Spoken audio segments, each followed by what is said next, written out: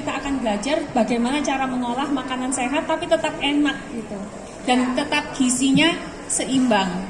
Iya, jadi tahunya cara masaknya. Tapi bahan yang saya gunakan itu katanya harus organik katanya. Kebenaran di sini ada semua bahannya. Tapi saya nggak ngerti kalau saya pakai hari ini nih menunya seru banget dokter. Kita akan bikin fruit cake tapi yang vegan. Artinya nggak pakai telur, ya. Kemudian gluten free karena kita pakai tepungnya tepung gluten free dan tepung almond, ya. Kemudian, nah ini dia saya bingung juga. Penggantinya tuh ada pisang, ada jeruk. Mungkin ntar dokter bisa jelasin ya. Fruit cake pasti pakai buah-buah kering ya, buah asli. Terus rempah, pakai rempah-rempah ya. Ada mixed spice, itu rempah-rempah yang, aduh enak banget deh, wangi banget sekali. Bumbu tiku gitu ya. Kemudian tepungnya, vanilanya aja juga kita pakai yang asli dok. Nah ini dia. Itu yang penting ya. Jadi kalau dalam memilih bahan itu pilihlah yang sealami mungkin, yang tidak diproses itu ya. Apalagi kalau ngomong masalah hormon, itu penting sekali untuk memilih segala sesuatu yang alami ya. Ya. Terus selanjutnya kita juga akan bikin nasi uduk. Nah biasa kan nasi uduk dari beras putih. Terus banyak juga yang udah mulai nggak makan nasi putih. Kemudian nasi merah, aduh susah. Nah ini tengah-tengahnya ada brown rice. Tapi saya nggak ngerti juga kenapa mesti brown rice gitu. Ya, nasi uduk dan rempahnya juga banyak loh dok. Ini ya saya ada bawang, ada cuma nggak pakai cabai ya. Ada lengkuas, ada kencur, serai, daun salam, daun jeruk, rempah banget gitu ya. Pasti bagus sekali. Dan uniknya kita nggak pakai santan. Nah, ntar jelasin kenapa sih nggak pakai santan gitu. Kenapa sih kita mesti musuh sama santan? Sebenarnya nggak musuh kali ya, cuma tekniknya aja. Kemudian nanti penggantinya santan adalah kita bisa pakai VCO. Gitu. Jadi diajarinnya gitu. Jadi sebenarnya gini, santan sendiri itu ada, kalau santan mentah itu adalah lemak baik kan, gizinya juga tinggi. Tapi ya kalau santannya dimasak berulang-ulang itu dengan api tinggi, itu yang membuat jadi lemak jahat, masalah kolesterol ya. Kita ya kalau nah kali ini kita nggak pakai santan ya, kita bisa ganti dengan VCO. VCO itu juga manfaat kesehatannya tinggi. Tapi ya VCO carilah yang kualitasnya baik ya, yaitu yang organik, terus juga ya unrefined dan cold press ya yang ini. Menunya kita hari ini banyak banget loh dok. Berusaha biarpun banyak tapi 1 jam bisa selesai. Percaya nggak? Kita coba ntar kita start, kita hitung 1 jam matang semua apa enggak. Terus ada pumpkin soup.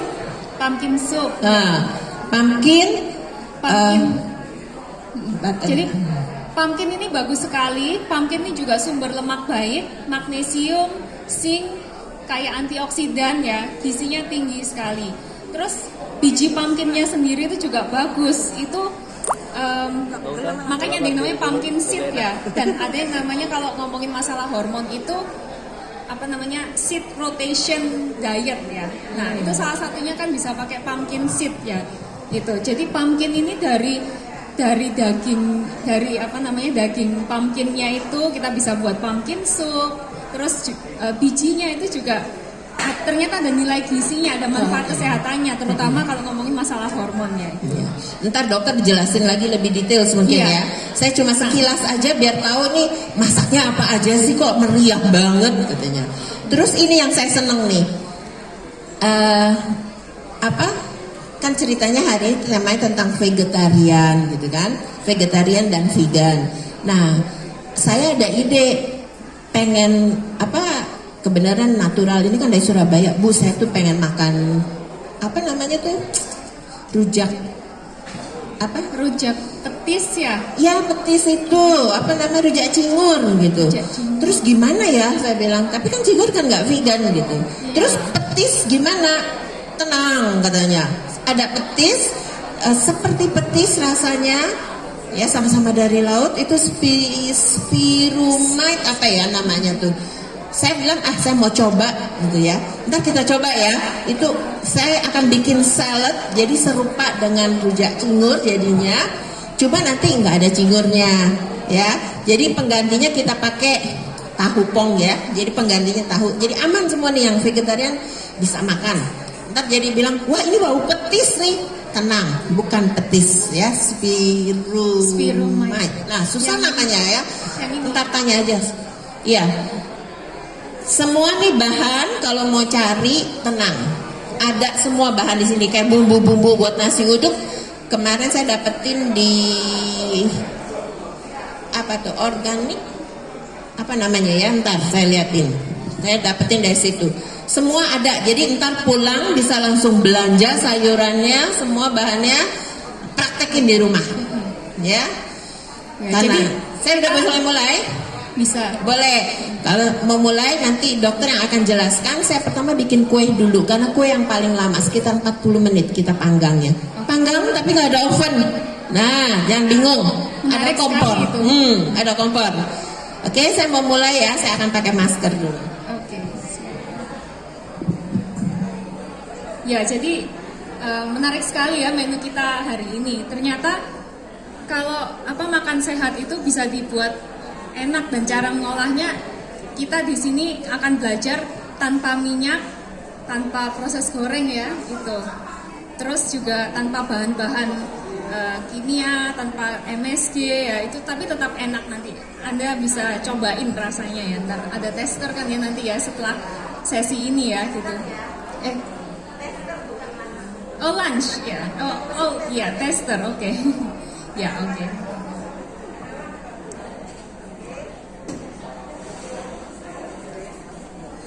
Nah mungkin sambil menunggu Bu Rosi menyiapkan ya, saya mau sedikit cerita ya. Jadi zaman sekarang ini kan banyak sekali ya wanita yang mengalami masalah hormon gitu. Ya dalam praktek saya juga banyak menanganin masalah-masalah hormon itu ya, dan itu memang salah satu spesialisasi saya gitu. Nah, ya terutama yang saya sadari itu juga gini, banyak pasangan-pasangan yang mereka itu mereka mau mempersiapkan pernikahan, biasanya tuh kebanyakan 1 tahun sebelumnya ya, mereka tuh udah mungkin planning untuk baju weddingnya, terus mungkin untuk kayak tempatnya, gedungnya, dekornya, mereka persiapkan 1 tahun di depan. Tapi mereka lupa bahwa ya tujuan mereka menikah itu kan nanti ya untuk punya anak gitu ya. Biasanya terus setelah pesta pernikahan banyak yang baru sadar gitu, loh saya ternyata punya masalah hormon gitu, saya ternyata punya masalah ini nih. Terus oh iya selama ini haid saya nggak lancar, atau mens saya nggak lancar. Oh tapi ini ternyata masalah ya, dan padahal ini masalahnya sudah sebelum dia nikah gitu, mungkin bahkan dari remaja gitu ya. Ada yang kayak gitu dari SMA atau dari kuliah, saya sebenarnya udah kayak gitu. Oh ternyata ini masalah ya, mereka menyadarin setelah pesta pernikahannya gitu, pas mau planning untuk hamil ya, untuk mau punya anak gitu. Mereka waduh ini ternyata masalah gitu. Terus ya mereka barulah cari solusi itu ya. Nah itu, dan biasanya terus ikut program IVF dan sebagainya. Belum lagi kalau misalnya gagal program IVF-nya itu kan terus stres ya kan, belum lagi tekanan dari keluarga, dari teman-teman ya kan, itu makin stres gitu. Nah itu sayang sekali ya, sebenarnya kan itu bisa menjadi bagian dari persiapan sebelum pernikahan itu gitu. Nah ini buat Bapak Ibu di sini atau ya kakak adik atau mbak atau ya siapapun ya di sini yang hadir ya, ini pesan, kalau ada yang mau planning untuk wedding, jangan cuman pestanya aja ya yang dipikirin, terus gedungnya dan sebagainya ya, tapi planninglah untuk kesehatan hormonnya juga itu. Nah, gimana kita mempersiapkan kesehatan untuk hormon? Apakah harus dengan obat? Nah, kalau dari sisi naturopati ya, ini kita semua pakai bahan alami. Ya, seperti Hippocrates bilang bahwa jadikan makanan yang Anda makan sehari-hari itu sebagai obat Anda itu. Ya, itu ya. Jadi, ya makanya hari ini kita mau praktek gitu. Nah, Kalau misalnya cuma dibilang, oh makanan jadi obat, terus makanan yang gimana? Wah tapi ini makanan sehat dong. Kalau makanan sehat, rasanya gimana ini? Kita hari ini akan belajar ya, bagaimana mengolah makanan yang sehat tapi tetap enak gitu ya. Nah ini kita sekarang kan pertama bikin fruit cake ya, gluten free fruit cake, vegan, dairy free, refined sugar free ya. Terus ini buah-buahnya juga kita pakai dari semua yang natural, yang alami gitu. Nggak pakai bahan-bahan kimia, pengawet gitu ya itu. Nah kalau ngomongin sugar itu juga kadang-kadang kalau ngomongin buah-buah, kadang buah itu juga ini kendalanya satu, kalau yang dikeringkan itu kadang dikasihin misalnya sugar. Nah sugar ini juga salah satu makanan pro-inflamasi ya, refined sugar gitu, untuk pengaruhnya kalau misalnya di masalah hormon ini juga besar sekali ya. Terus juga kalau untuk buah-buahan itu juga pilihlah yang organik. Karena kenapa organik? Karena kalau nggak organik ya satu, kita ada resiko pestisidanya ya. Pestisida itu juga merupakan endocrine disruptor ya. Jadi dia mengacaukan kelenjar adrenal dan mengacaukan hormon gitu. Oke, terus selain itu juga kalau misalnya nggak organik rawan GMO ya, itu terutama seperti yang kayak kedelai, terus yang jagung gitu-gitu ya, itu ya rawan GMO. Jadi carilah yang organik itu. Oke, nah ini kenapa? Oke, ya jadi ini vegan gluten free fruit cake. Ini bahan-bahannya ada mixed dried fruit, terus ada bubuk kayu manis cinnamon. Wow, cinnamon ini bagus sekali ya untuk regulasi gula darah gitu. Untuk orang yang punya diabetes nih bagus sekali cinnamon ya, kayu manis. Nah makanya Indonesia ini kaya akan rempah-rempah gitu ya. Kita ya cobalah pakai rempah-rempah itu ya dari kekayaan alam Indonesia ini untuk makanan kita. Kenapa harus pakai MSG ya kan? Nah, kalau misalnya kita ya gantinya MSG, kita bisa pakai rempah-rempah ini kan gitu. Nah ini kayu manis kita bisa untuk buat kue ya ternyata. Dan kayu manis ini tadi saya bilang bagus untuk regulasi gula darah, untuk yang punya masalah diabetes. Dan ternyata kalau ngomongin masalah hormon, ada juga hubungannya dengan banyak ya pasien-pasien saya dan juga kasus-kasus yang masalah hormon itu yang ada hubungannya dengan regulasi gula darahnya nggak seimbang gitu ya, masalah gula darah itu. Terutama ada satu case, ada satu kondisi PCOS ya, polycystic ovary syndrome, itu ada hubungannya dengan gula darahnya nggak seimbang gitu.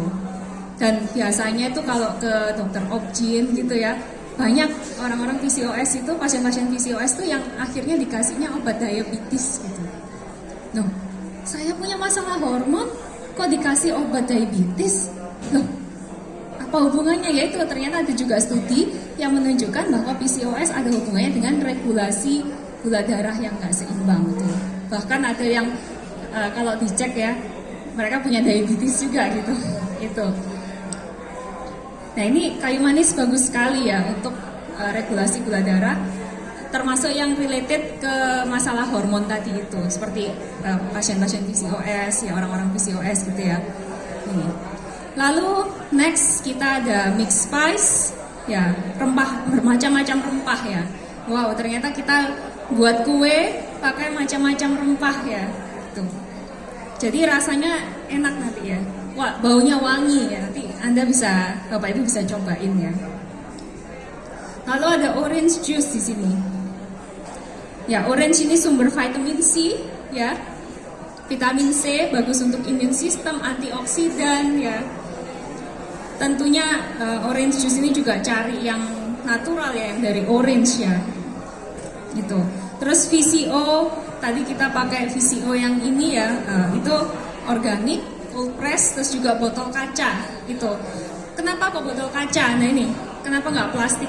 Plastik itu juga merupakan endocrine disruptor ya gitu. EPA-nya itu mengacaukan hormon juga gitu. Dia meningkatkan resiko untuk infertility ya, kasus-kasus kesuburan itu ya. Jadi perhatikan dalam memilih bahan itu, perhatikan juga kemasannya itu. Terutama kalau punya masalah hormon, masalah kesuburan itu ya. Atau mungkin ada teman-teman atau saudara-saudara yang lagi mau planning untuk hamil itu ya, perhatikan juga itu. Lalu kita ada maple syrup di sini. Jadi kita nggak pakai gula pasir, kita nggak pakai refined sugar untuk pemanisnya. Ya karena kenapa? Karena refined sugar itu juga nggak baik ya untuk masalah hormon ya. Nggak cuma masalah hormon, sebenarnya untuk kesehatan ya secara keseluruhan gitu. Karena dia merupakan makanan yang pro-inflamasi atau pemicu inflamasi itu. Nah kita bicara mengenai hormon ya. Hormon ini juga sebenarnya akarnya salah satunya juga banyak kondisi inflamasi gitu ya. Jadi kita salah satunya kalau mau perbaiki hormon juga kita mesti kontrol inflammation gitu. Caranya gimana? Bukan pakai obat ya, pakai yang alami dari makanan. Hindarin pemicu makanan-makanan yang memicu inflamasi itu. Lalu kita bisa juga perbanyak konsumsi makanan-makanan alami yang sifatnya anti-inflamasi gitu. Anti-inflammation food ya. Hindarin yang pro-inflammation food dan perbanyak makanan yang anti-inflammation gitu. Ya, jadi seperti ya itu tadi refined sugar, terus MSG, lalu gluten dan dairy ini juga sering ya menjadi pemicu inflamasi juga pada banyak kasus. Ya, saya punya ada pasien ada kista ya, lalu dia juga punya masalah hormon yang nggak seimbang ya. Dia ternyata suka makan keju, dairy gitu, dan ternyata itu juga memicu ya untuk kistanya. Akhirnya saya bilang eliminasi ya makanan-makanan yang pemicu inflamasi, refined sugar, terus dairy itu semua, dan ternyata itu bisa membantu gitu. Ya. Terus ya makanya di sini untuk gantinya refined sugar kita pakai maple syrup gitu. Jadi untuk pemanis yang alami ya kita cari dari bahan alam seperti maple syrup, atau kalau di Indonesia ada yang namanya coconut nectar ya, dari kelapa gitu. Nah ternyata Tuhan sudah sediakan itu pemanis yang alami, yang aman ya untuk kesehatan kita gitu. Terus juga bahan-bahan rempah-rempah ya, lengkap semua. Tuhan sudah ciptakan manusia dengan makanannya, dengan obatnya dari alam ya gitu. Lalu ada mashed banana di sini. Lalu ada vanilla ya. Tadi vanillanya pakai yang asli ya.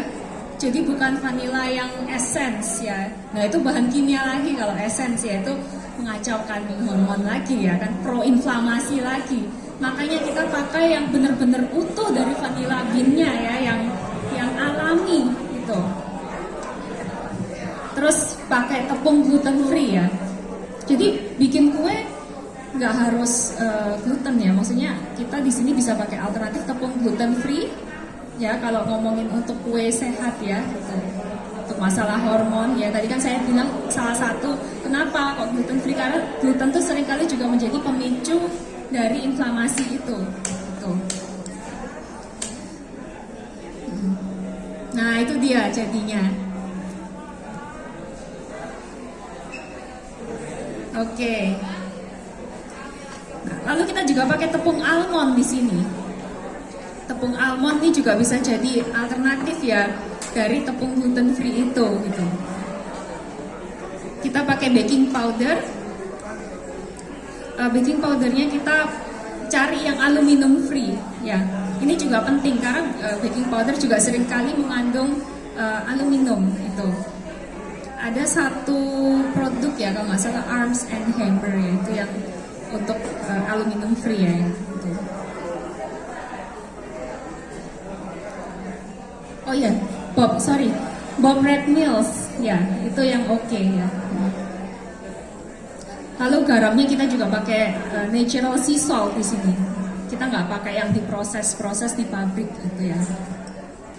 Ya, jadi kita mengolah makanan sehat, tapi bahan-bahannya juga kita bisa pilih gitu ya. Yang seperti yang tadi saya sebutkan dan saya jelaskan itu ya, dari bahan alami itu, terus dari ya tentunya kalau misalnya beli produk itu pastikan Anda membaca food label, food ingredient, komposisi bahan itu dengan baik, dengan bijaksana gitu ya. Ya. Karena ya kadang-kadang itu gini, mungkin bahan itu ada klaimnya oke sugar free atau apa gitu ya, tapi ternyata dia mengandung aspartem. Nah itu tuh gitu, kalau kita nggak baca food label, kita cuma asal aja percaya sama klaim dari misalnya ya produk ya di depannya tuh diklaim sugar free atau zero sugar gitu. Kita cuma asal percaya, kita nggak baca komposisi bahannya dengan baik gitu. Nah, hati-hati gitu. Kadang-kadang ada hidden hidden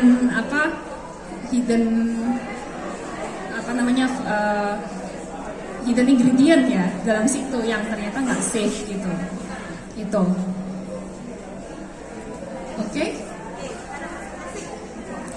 Oke, sekarang sambil menunggu cake-nya mateng ya. Nah ini tadi tanpa minyak loh, tanpa minyak goreng ya. Terus tanpa butter, tanpa margarin ya, tuh dairy free ya, itu tadi bahan-bahannya. Nah ini bisa jadi oven ya Bu ya, panci ini ya. Oke, sekarang kita akan masak nasi ya. Nah ini kita akan masak nasi uduk tanpa santan ya.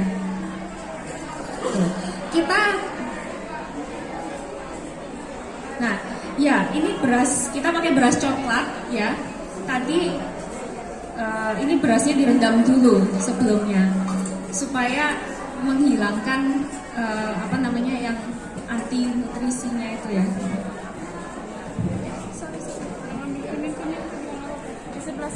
Nah, lalu kita pakai beras coklat, nggak pakai beras putih ya. Karena beras putih itu juga seringkali dia refine ya, diproses itu kan. Jadi dia juga high glycemic index ya, dia untuk regulasi gula darah. Tadi kan saya bilang gula darah ada hubungannya dengan keseimbangan hormon gitu kan ya. Nah, dengan masalah hormon itu. Jadi ya tadi hindarin yang refined sugar, terus termasuk nasi putih sih itu ya. Jadi kita alternatif nasi putih bisa pakai beras merah tapi banyak orang yang komplain ya, oh keras gitu, susah makannya ya. Oke, yang tengah-tengah antara beras putih dan beras merah mungkin bisa kita pakai beras coklat gitu ya, beras coklat yang organik ya gitu. Tentunya supaya bebas pestisida itu ya. Itu lengkuas. Nah ini kita ada daun jeruk. Nah kita bawang putih, kita masukkan rempah-rempahnya ya di sini. Bawang merah, kencur. Nah kencur, ya daun salam. Kencur ini bagus sekali untuk tenggorokan juga ya gitu. Biasanya kalau penyanyi itu ya mereka ada yang makan kencur ya supaya suaranya bagus gitu. Kalau batuk itu kencur bagus sekali untuk kesehatan pernapasan juga gitu. Tuh, jadi kalau ya ini saya suka nasi uduk, saya ingin makan sehat gitu. Bisa aja bikin nasi uduk yang versi sehat ini. Tuh, kita nggak pakai minyak goreng ya. Terus ini pakai natural sea salt. Nah ini kita masukkan airnya, jadi seperti masak nasi aja biasa, tapi bumbu-bumbunya dimasukin ya, termasuk natural sea saltnya semua dimasukin.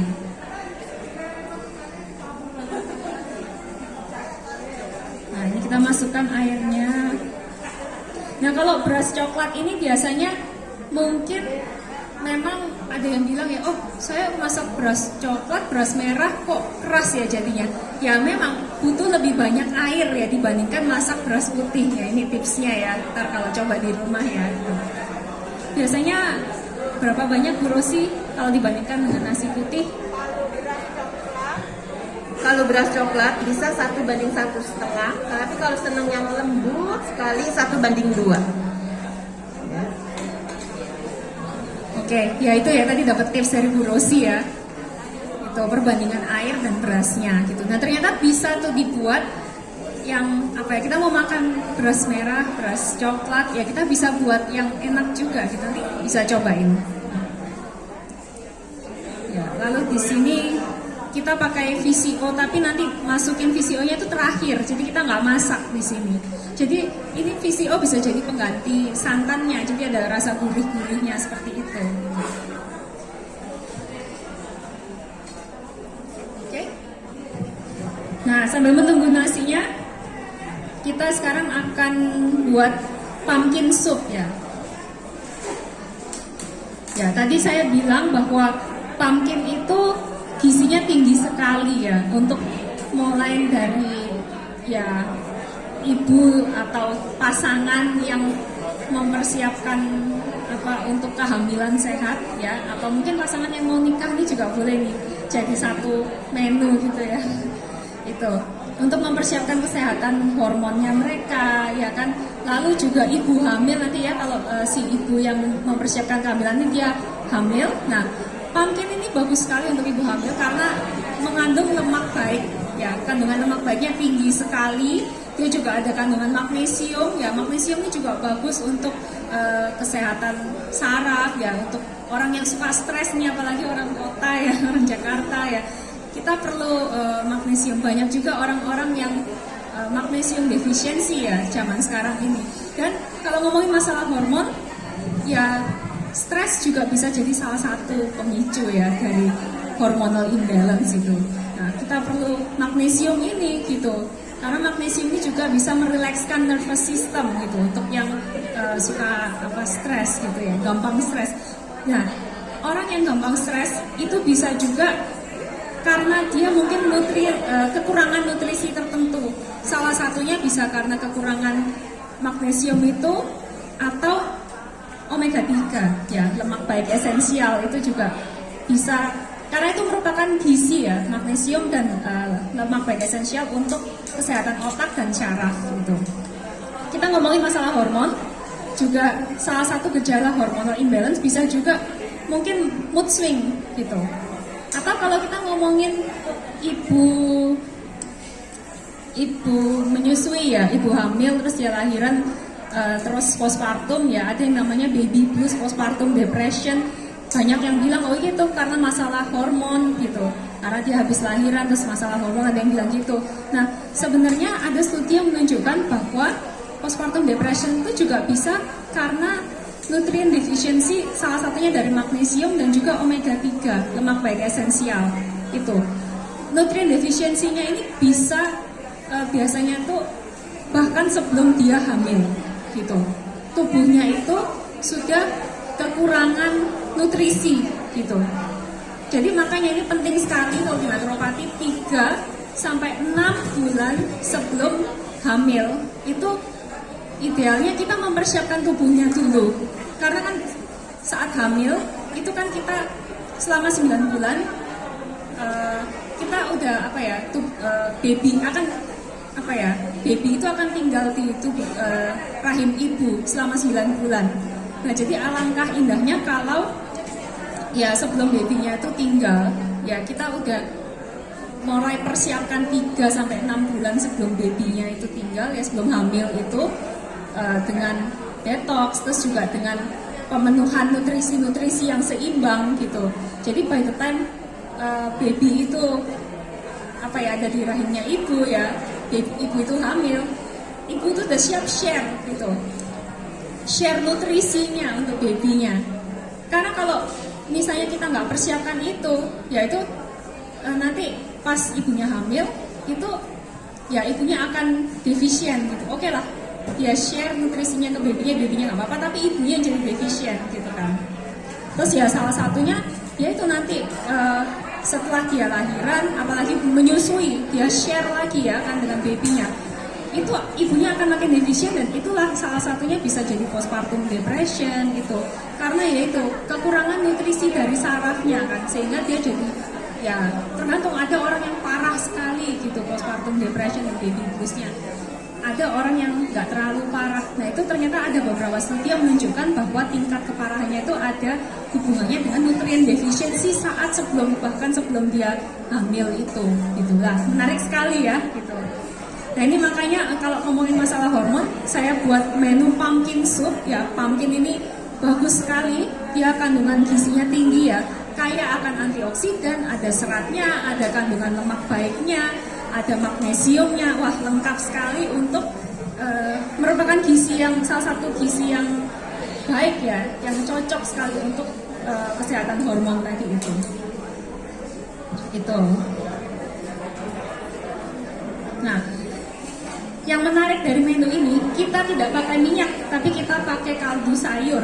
Nah, kaldu sayurnya ini Bu Rosi buat sendiri juga ya. Gitu. Nah ini apa Bu Rosi? Air. Oh, kaldu sayur. Ya. Nah ini kaldu sayurnya, ya. Kaldu sayurnya barusan dituang yang dari ini tadi, ya.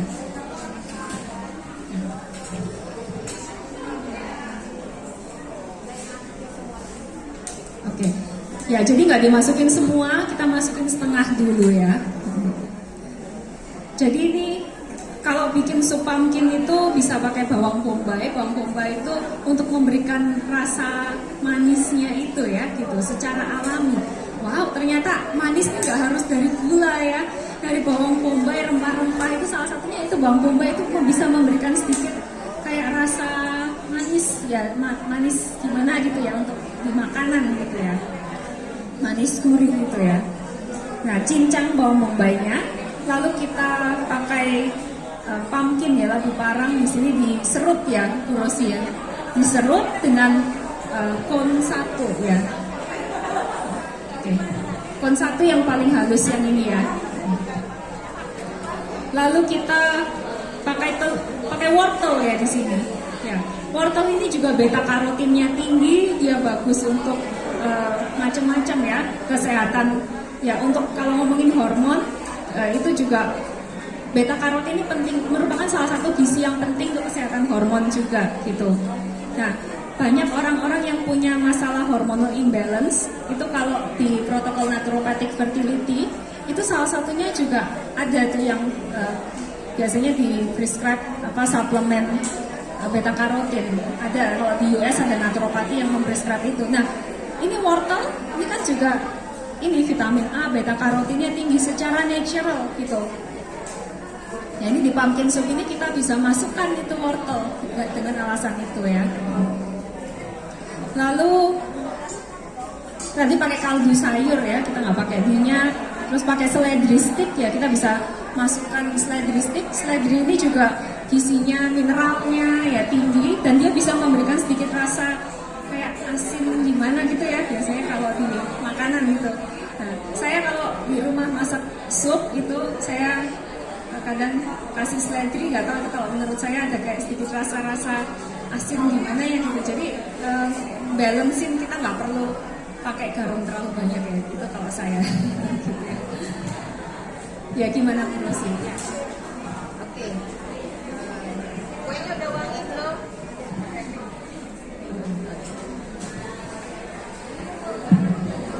Gimana kuenya udah kecium belum wanginya? Kalau saya di sini sih udah nyium. Pakai masker loh, tapi masih udah kecium. Iya, wangi sekali. Wangi kuenya. Terus ini pumpkinnya kita tunggu. Nanti Ros kok nggak di blender ya? Sengaja. Saya nggak akan blender. Makanya tadi diserut yang kecil-kecil. Mungkin pumpkin ini buat empasi juga boleh ya. Nah, iya. Nah, jadi tepat sekali. Ini kan lembut, tapi perlu biji-biji melatih gusi bayinya. Benar nggak sih? Iya, gitu. nah, iya. Gitu. Makanya pumpkin soup ini banyak sekali fungsinya ya, mulai dari persiapan kehamilan, yang untuk masalah hormon biasanya yang sebelum hamil itu, terus saat hamil sendiri ini bisa menjadi makanan yang tonic ya, tonic and nourishing. Terus nanti saat ibu itu postpartum juga bisa menjadi makanan yang tonic juga, dan untuk kalau saat dia menyusui ini ibu menyusui itu kan dia mengeluarkan sekitar 11 gram ya menurut studi, 11 gram lemak baik dari ASI-nya untuk babynya. Nah, berarti kan ibunya itu akan menjadi defisien kalau nggak diberi asupan lagi, ya kan? Nah, asupannya itu ya dari makanan ini loh, gitu. Jangan kita ngandelin suplemen atau obat-obatan aja ya, ini makanan kita sehari-hari ini adalah obat kita. Ini salah satunya menu pumpkin soup ini untuk ibu menyusui, dan nanti kalau babynya udah mulai anti ASI tuh, nah bisa tuh dikasih ini makanan yang nourishing juga, gizi yang tinggi untuk babynya gitu. Makanya ini bagus sekali ya untuk dari rentang usia berapa aja ya. Dan dipotongnya sengaja nggak harus nanti nggak di blender, Iya. supaya masih ada yang digigit, Iya. tapi lembut gitu. Iya. Jadi mungkin ada Memancing air liur ya, mancing enzim ya, melatih juga secara mekanik untuk babynya untuk belajar ngunyah gitu ya. Ya menarik sekali ya itu. Ya makanya kita bisa buat makanan-makanan yang sehat, kita olah jadi enak, nourishing. Jadi yang kenyang tuh bukan, jadi kita makan nggak cuma untuk kenyang dan rasa enak aja ya, tapi sel-sel tubuh kita tuh juga kenyang, happy, satisfy gitu ya. Iya, kaya nutrisi. Karena kalau enggak, kenapa orang craving ya? Kalau ngomongin ibu hamil juga banyak yang craving ini, craving itu gitu ya. Kadang cravingnya parah. Ternyata ada studi yang pernah saya baca tuh, kalau craving ya nggak cuma ibu hamil, orang-orang yang nggak hamil pun juga banyak nih sekarang yang craving ini, craving itu, craving sugar, ya itu. Ternyata craving itu ada hubungannya dengan nutrien defisiensi tertentu. Sel-sel tubuh kita itu craving, lapar sama nutrisi-nutrisi yang tubuh kita tuh butuhkan, yang esensial untuk tubuh kita. Kenapa kok bisa lapar nutrisi loh? Kita kan makan udah kenyang ya tiap hari. Lah kemana? Itu saya udah minum vitamin atau apa? Ya itu mungkin makanan kita kurang seimbang gizinya gitu. Kita makan mungkin terutama yang banyak makan junk food, yang banyak makan yang yang kurang nutrisi itu kan mungkin mereka makan rasa kenyang ya sementara, rasa enak, rasa kenyang. Tapi kok lapar lagi? Akhirnya ya itu karena sel-sel tubuhnya masih lapar, dia akan kirim signal gitu ke tubuh bahwa karena kekurangan nutrisi tadi itu bahwa saya masih lapar, jadi ada muncul rasa craving ya, mau makan ini, udah makan kenyang kok masih mau makan ini, masih mau makan itu, masih craving sugar, masih mau makan dessert yang manis-manis macam-macam ya gitu. Nah itulah karena kekurangan nutrisi gitu. Nah ini makanya kita buat pumpkin soup hari ini. Ini salah satu menu yang nourishing tadi itu, yang tonic ya, gizinya tinggi sekali. Jadi kita makan nggak cuma perut kita yang kenyang, tapi sel-sel tubuh kita juga kenyang and happy ya. Gitu. Oke, sekarang kita bikin apa lagi nih ya Bu Rosi? Buat rujak cingur ini sayurannya ya. Nah ini kita mau buat rujak cingur ya. Tadi Bu Rosi waktu kita planning untuk cooking demo ini, Bu Rosi bilang wah saya ngidam rujak cingur nih gitu. Ngomongin natural kan juga ada di Surabaya. Terus ngomongin Surabaya, menu yang terkenal biasanya rujak cingur ya. Ada yang orang Surabaya di sini yang pernah makan rujak cingur atau yang suka rujak cingur ada? Ada? Oke ya. Nah ini nanti bisa coba ini rujak cingur yang sehat, yang vegan ya. Oke. Rujak cingur biasa pakai petis kan ya. Nah biasanya petis itu kan dari udang ya. Nah tapi kalau yang vegan atau yang alergi udang lalu gimana? Gak bisa makan petis. Tapi ada tuh orang ya, teman saya yang doyan petis tapi dia alergi udang gitu. Ada juga yang vegan gitu, tapi ya pengen makan rujak cingur. Nah tadi kan Bu Rosi jelasin ya, ini kita ganti pakai spirulite ini gitu. Ya jadi spirulite ini seperti petis gitu ya, tapi dia bukan dari udang. dia vegan dan dari spirulina. Nah, spirulina itu ada yang tahu, ada yang familiar atau pernah dengar mungkin? Biasanya yang di kapsulin tuh ya, yang dibuat suplemen gitu kan ya, biasanya spirulina itu kok ini dibuat bumbu ya? Wah, gimana itu ya? Iya, ganggang laut ya, betul ya. Ya, jadi tadi Hippocrates bilang bahwa jadikan makanan yang Anda makan sehari-hari sebagai obat Anda ya. Kenapa daripada dibikinin kapsul, ya ini sekarang kita jadiin di menu makanan kita, di bumbu ini gitu. Bumbu ini petis tapi yang vegan, mengandung spirulina tadi itu. Nah, spirulina apa ya manfaat kesehatannya atau kandungan gizinya? Spirulina itu kaya akan antioksidan, kaya akan serat, ya seratnya tinggi gitu. Jadi buat yang punya masalah atau pencernaan ya ini bisa membantu juga gitu. Terus juga spirulina itu tinggi akan zat besi ya, iron.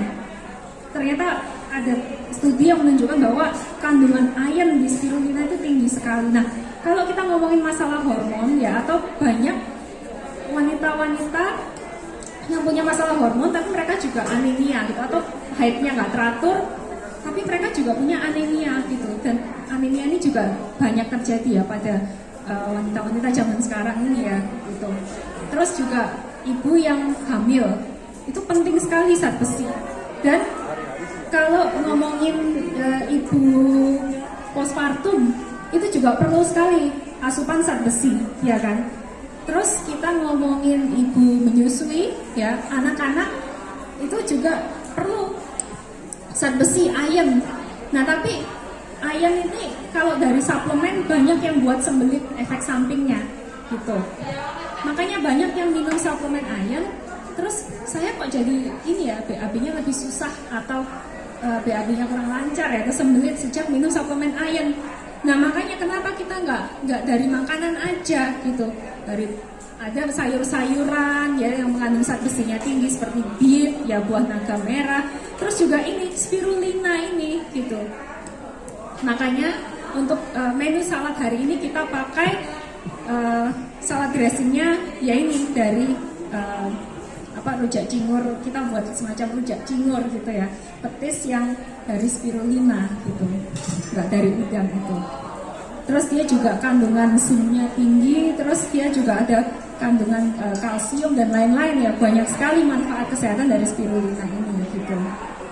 Ya jadi ya itu ya menu rujak cingur pakai spirulina. 4 menu, oke. Udah. Nah ya, kita sekarang tinggal tunggu matang ya 4 menu ini. Nanti kita bisa cobain ya untuk setelah selesai ya masakannya semua ya, Bu Rosi.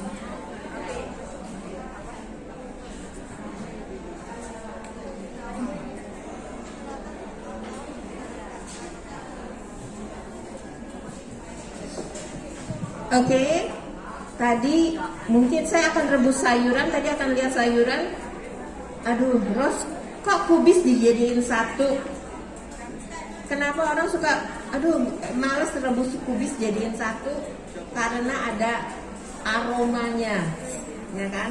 Tapi kita rebus di sini tidak boleh dibilang tidak pakai air, jadi aromanya nggak nular kemana-mana, ya, jadi aman. Kemudian ini pumpkin soupnya. Kan pumpkin soup biasanya creamy. Nah, mau agak creamy, kita punya yang seperti ini, sendok spaghettinya nih. Nah, ini yang buat menghancurkannya nanti. Ya, kita pakai untuk menghancurkannya ya.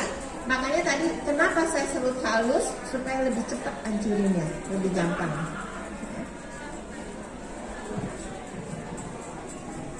Nah, ya itu. Tadi kan saya bilang ya bahwa untuk masalah hormon ini juga salah satunya kalau hindarin dairy ya untuk makanan pemicu inflamasi. Dan kenapa? sekarang tuh ya sapi-sapi banyak yang disuntikin hormon, ya antibiotik gitu ya, gitu. Nah jadi ya terus banyak juga orang yang alergi sama dairy itu ya, kecuali kalau kita bisa cari grass fed beef yang benar-benar organik gitu ya. Cuma kalau di Indonesia kok agak susah ya kayaknya ya, Mas Ian. Kalau di mungkin New Zealand gitu ya, itu masih banyak tuh yang mereka benar-benar cara peliharanya itu nggak disuntik, terus juga mereka benar-benar sapinya makan rumputnya pun nggak ada pestisida, itu bukan pakai yang pakan ternak apa itu ya gitu. Nah jadi makanya kita nggak pakai dairy atau creamer ya, tapi nanti rasanya tetap enak ini ya, tetap.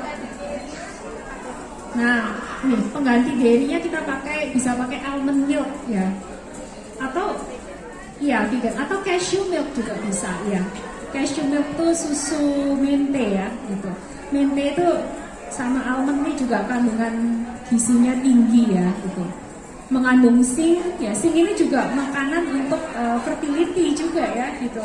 Bisa dari pumpkin seed tadi, bisa dari ini ya almond ini salah satunya itu. Nah, zinc itu terutama untuk kalau kita ngomongin hormon kesehatan hormon untuk pria ya,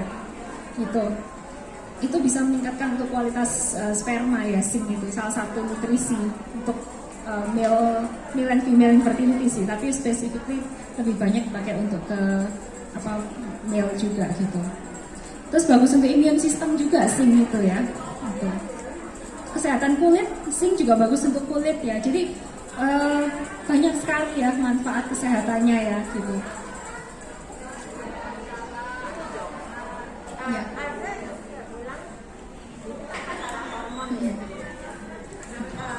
Saya pernah katanya hipotiroid, itu apa sih maksudnya? Ya, jadi kalau kita ngomongin hormon tuh nggak cuman hormon reproduksi ya. Masalah hormon itu juga bisa hubungannya dengan masalah tiroid gitu. Saya juga punya tuh beberapa pasien yang dia punya masalah kesuburan ya, hormon suburan, tapi ternyata setelah dicek salah satu underlying, dia punya underlying medical condition itu kayak underlying medical conditionnya itu dia tiroid gitu. Jadi dia perlu benerin tiroidnya dulu untuk supaya masalah hormonnya itu juga ngikutin itu masalah hormon yang kesuburan tadi itu gitu. Nah kalau ngomongin hipotiroid itu yaitu masalah tiroid tadi ya, ada kelenjar tiroid ya yang produksi hormon tiroid itu. Nah hormon tiroid ini sangat berperan penting untuk metabolisme tubuh secara keseluruhan ya. Dia mengatur suhu tubuh juga ya. Orang kalau yang hipotiroid itu juga gejalanya bisa yang sering kedinginan gitu ya. Terus dia juga orang yang hipotiroid bisa yang nanti dia susah BAB, terus berat badannya nambah berlebih tapi kayak susah untuk turun kayak semacam itu. Terus kulit kering ya, terus juga bisa masalah rambut gitu ya. Jadi tiroid ini agak hubungannya dengan gejalanya bisa ini ya seluruh tubuh, bahkan bisa mempengaruhi mood juga gitu. Terus bisa orang yang punya hipotiroid juga bisa sering kayak lelah, ketik gitu ya. Udah tidur cukup tapi masih kayak capek, masih lelah gitu ya. Ya selain kurang zat besi atau anemia, ternyata hipotiroid juga bisa menjadi salah satu sebab tuh dari ya gejala semacam itu tadi ya, sering lelah ya gitu. Ya itu. Jadi kalau ngomongin masalah tiroid ya, hipotiroid itu ya kita perbaiki pola makan kita ya. Kadang-kadang hipotiroid ini juga bisa ya salah satunya inflamasi juga, tapi juga bisa karena toksin overload ya, toksin overload di tubuh yang akhirnya tuh mengganggu kerja dari tiroidnya itu, kelenjar tiroidnya itu ya. Toksin overload juga bisa menjadi pemicu dari inflamasi ya di tubuh gitu. Nah makanya ya itu satu, biasanya kalau ada masalah tiroid itu ya perlu untuk detox ya kalau ada masalah toksin overload, dan juga perbaiki nutrisi-nutrisi dari sel-sel tubuh. Salah satu juga yang diperlukan untuk tiroid itu selenium dan zinc gitu. Nutrisi yang penting untuk tiroid. Lalu dari makanan, Nah, pumpkin soup ini sama tadi milk menu ini juga bisa bagus untuk kesehatan tiroid gitu. Nah, hormon tiroid yang seimbang juga bisa nanti mempengaruhi ke hormon reproduksi yang seimbang gitu.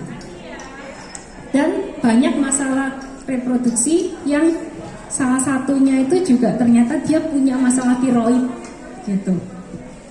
Saling berhubungan ya gitu. Menarik ya di sini.